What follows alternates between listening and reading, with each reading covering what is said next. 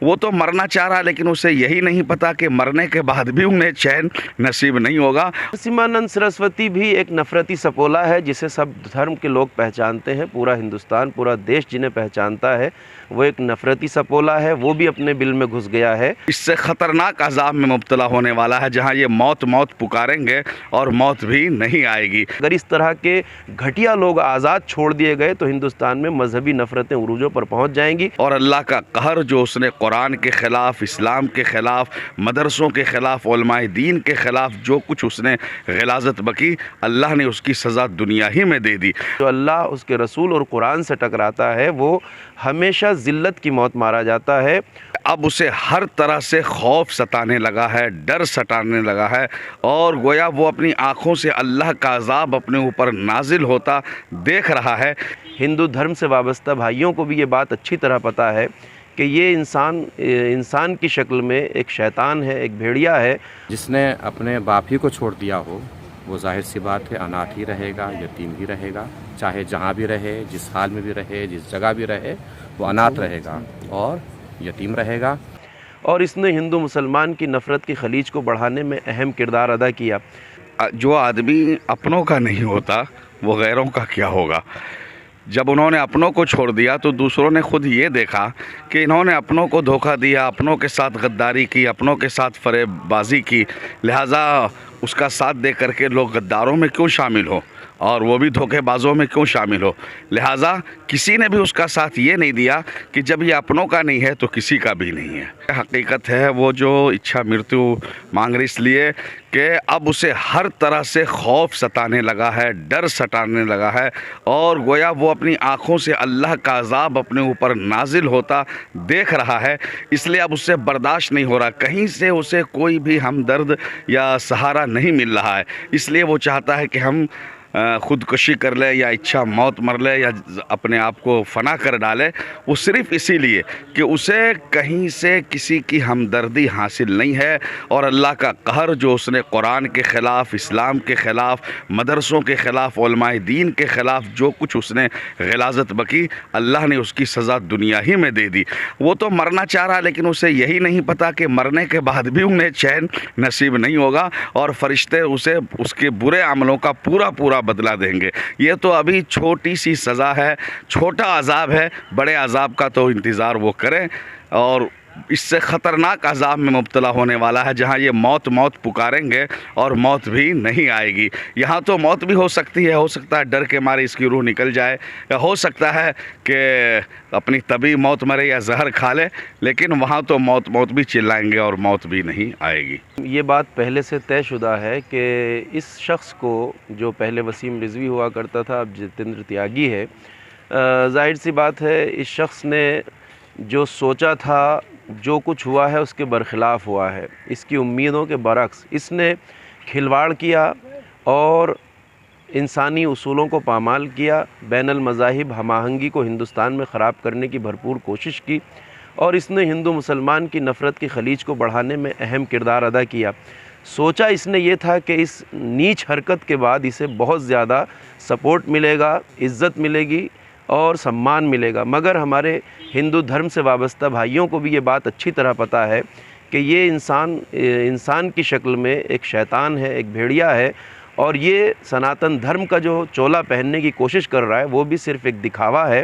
اور وہ اس بات کو اگر نہ سمجھتے اور اس کی سچائی سمجھتے، اس بات کو سچ اور حقیقت سمجھتے تو یقیناً اس کے ساتھ کھڑے ہوتے، مگر انہیں پتہ ہے کہ اپنے مذہب سے دھتکارا ہوا ایک انسان جسے لات مار کے لوگوں نے دھتکار دیا ہے، ایک ذلت کی کھائی میں گرا ہوا انسان، وہ ظاہر سی بات ہے کسی بھی سنے، کسی بھی سمان اور کسی بھی احترام کے لائق نہیں ہے۔ وہ اب چاہے اچھا مرتیو مانے، یہ صرف ہمدردی بٹورنے کے اس کے ہتھ کنڈے ہیں۔ سب پہلے دن سے جانتے ہیں کہ جو اللہ، اس کے رسول اور قرآن سے ٹکراتا ہے وہ ہمیشہ ذلت کی موت مارا جاتا ہے، اور یہ یقینی طور پر مرے گا اسی حالت میں جو حالت اس کی اب ہے، اس سے بدترین حالت میں یہ اس دنیا سے فنا ہوگا اور رسوائی کی موت مرے گا۔ چونکہ ہم کسی بھی مذہب کے، کسی بھی دھرم کے سمان کا جو میسیج ہمارے پروجوں نے دیا ہے، ہندو ہوں یا مسلمان، سکھ ہوں یا عیسائی، ہر دھرم کے لوگ ایک دوسرے کے دھرم اور مذہب کے احترام کی تعلیم دیتے ہیں، سمان کی تعلیم دیتے ہیں۔ ہندوستان میں کثیر المذاہب دین ہے، اگر اس طرح کے گھٹیا لوگ آزاد چھوڑ دیے گئے تو ہندوستان میں مذہبی نفرتیں عروجوں پر پہنچ جائیں گی۔ ہمارے یہاں سب سے بڑی چیز ہندوستان کی سرزمین میں امن و اتحاد اس لیے باقی ہے کہ ہم سب ایک دوسرے کے دھرم کا، ایک دوسرے کے مذہب کا سمان کرتے ہیں، اور یہ سمان اور اس دھرم کی ریتی رواج کو توڑنے والا کوئی بھی انسان ہندوستان میں عزت نہیں پا سکتا، وہ ذلت ہی میں جیے گا اور ذلت ہی میں مرے گا۔ نرسمہانند سرسوتی بھی ایک نفرتی سپولا ہے جسے سب دھرم کے لوگ پہچانتے ہیں، پورا ہندوستان، پورا دیش جنہیں پہچانتا ہے، وہ ایک نفرتی سپولا ہے، وہ بھی اپنے بل میں گھس گیا ہے۔ اور ہم اگر اس بات کے بارے میں سوچتے ہیں کہ اس کو شاید ہم نہیں مانتے کہ ہماری حکومت ہندوستان کی ایسے لوگوں کے سپورٹ میں ہے، ہاں کچھ لوگ حکومت میں ایسے ہو سکتے ہیں جو ایسے لوگوں کو سپورٹ کرتے ہوں، لیکن اب وہ بھی جان چکے ہیں کہ ہمارا دیش گنگا جمنی تہذیب اور محبت کا دیش ہے، اس میں مذہبوں کا سمان اور احترام اگر ختم ہوگا تو ہمارے دیش کے اوپر اثر پڑے گا۔ اس لیے شاید حکومت میں بیٹھے ہوئے افراد بھی اب ایسے لوگوں کو بھاؤ دینے کو تیار نہیں ہے، اور اسی کا نتیجہ ہے کہ نرسمہانند سرسوتی جیسے لوگ بھی اپنے بل میں گھس چکے ہیں، اور وسیم رضوی بھی ذلت کی زندگی جی رہا ہے اور ذلت کی موت کے قریب ہے۔ تو میں نہیں سمجھتا اس بات کے بارے میں کہ ایسے لوگوں کو سرکار پورا سپورٹ دیتی ہے۔ ممکن ہے کسی موقع پہ کچھ نیتا ایسے لوگوں کو سپورٹ کرتے ہوں اور یہ بڑھ چڑھ کے مذہبوں کے بیچ نفرت پھیلانے کا کام کرتے ہوں، لیکن ایسا ہمیشہ نہیں چلتا ہے۔ سمجھدار لوگ اچھی طرح سمجھتے ہیں کہ ہمارا دیش محبتوں اور پریم کا دیش ہے، اور اسی طرح یہ دیش ہمیشہ باقی رہے گا۔ آگے بڑھنا ہے، دیش کو عزت حاصل کرنا ہے، دنیا میں اگر کوئی مقام حاصل کرنا ہے تو پہلے ہمیں اپنے ملک کے اندر شانتی اور امن اور محبتوں کو استھاپت کرنا ہوگا، اس کے بعد ہم انشاءاللہ آگے بڑھیں گے اور دیش ترقی کرے گا اور دیش ترقی کی راہ پہ گامزن رہے گا۔ پہلی بات تو یہ ہے کہ وہ سناتن دھرم میں چلے گئے ہیں، انہوں نے کوئی سے بھی دھرم اپنا لیا ہے اور کسی بھی مذہب کو اختیار کر لیا ہے، کسی بھی مذہب کا چولا پہن لیا ہے۔ ان کا بھی اسلام سے کوئی تعلق نہیں رہا ہے، اسلام سے ان کا کوئی کانٹیکٹ نہیں رہا ہے، وہ جس حال میں بھی رہیں، جیسے بھی رہیں۔